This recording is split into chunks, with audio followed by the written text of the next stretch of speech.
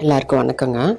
இன்றைக்கி நம்ம பார்க்க போகிறது சஹஸ்ர போஜனம். அதாவது 1000 பேருக்கு நம்மளால் அன்னதானம் பண்ண முடியுமா ஈஸியாக நம்ம வீட்டில் இருந்து அப்படின்னு கேட்டால் இதுதானுங்க. தினம் நம்ம பச்சரிசியை ஊற வச்சு அதை குரணையாக பிடிக்கிறதுங்க. அதாவது ரொம்ப நைஸாக பிடிக்கக்கூடாது, குரணையாக பிடிச்சி அதை வச்சு நம்ம கோலம் போடணுங்க.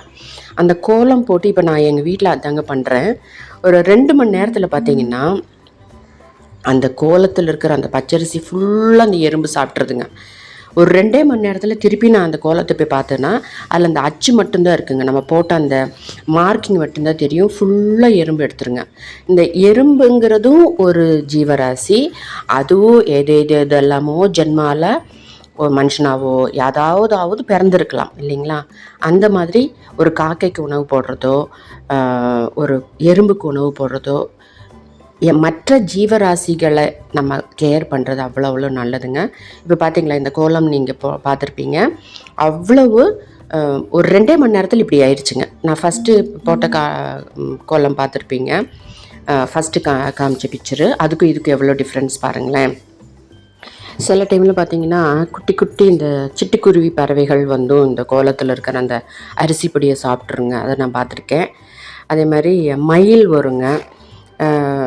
சின்ன அதாவது இப்போ சின்ன எறும்பு பார்த்தா அதுலேயே பெரிய சைஸ் எறும்பு, இது நிறைய நம்ம செய்யலாங்க. ஆனால் வீட்டில் இருந்துகிட்டே தினமும் நம்மளால் எளிமையாக செய்யக்கூடிய ஒரு பரிகாரம் பார்த்திங்கன்னா இதுதான். மகாபெரியவர் இந்த படத்தில் நீங்கள் பார்க்குறது மகாபெரியவர். அவர் நிறைய தத்துவங்கள் சொல்லிட்டு போயிருக்காருங்க.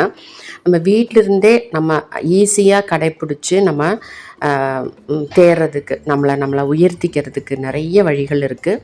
அதில் ஒன்று நம்ம லேடிஸாக நம்மளால் செஞ்சு நம்மளால் ஒரு நல்ல நிலைமைக்கு வர்றதுக்கு இந்த சகஸ்ர போஜனம். சகஸ்ரனா 1000 பேருக்கு தினம் நம்மளால் அன்னதானம் பண்ண முடியும்னா இப்படி பண்ணலாம்.